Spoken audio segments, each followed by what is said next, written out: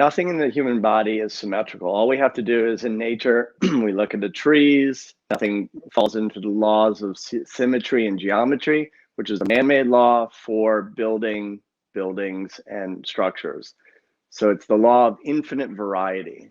And so in the body, there's no such thing as perfect alignment. The spine has a natural contour or a natural tuning, if you will. Just like a musician would tune any stringed instrument, it's the original stringed instrument, tuning a piano, a guitar, and so forth. So we learn to use these bones almost like tuning pegs of a guitar to fine tune versus perfect structural alignment, almost like RoboCop or just stiff.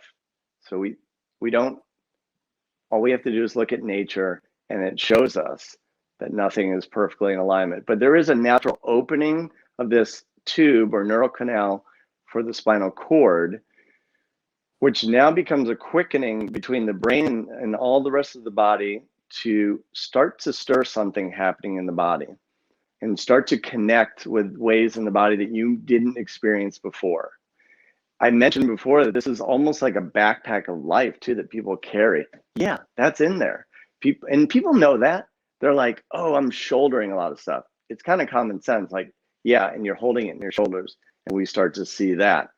And we see the eyes that are windows of the soul. And really, as chiropractors, we are going for the driver of the car, that person inside. They're not just bones, they're not just nerves, a human being and what's happening. And when we look eye to eye, now, when you look in the mirror, sometimes we're quick to shave and go past it. My brother Wade Port here in Atlanta, we teach MLS together, reminds us, let's look in the mirror and sometimes stare into our eyes and gaze into your soul. Sometimes we don't want to do that because it seems like, oh, that's weird. Listen, you're more than the pieces and parts. You're a human being inside. And so there's more there. And when we start to incorporate and start to see and start to feel, we feel that through an open heart. It means that the brain has about 1,000 times more electrically charged, 100 times more electrical charged. The heart is more 5,000 times stronger for electromagnetically. So we're drawn to more that's happening inside the body. So as we start to see people as just pieces and parts, we start to see more that's happening and the natural laws that's happening around us, and we're incorporating that.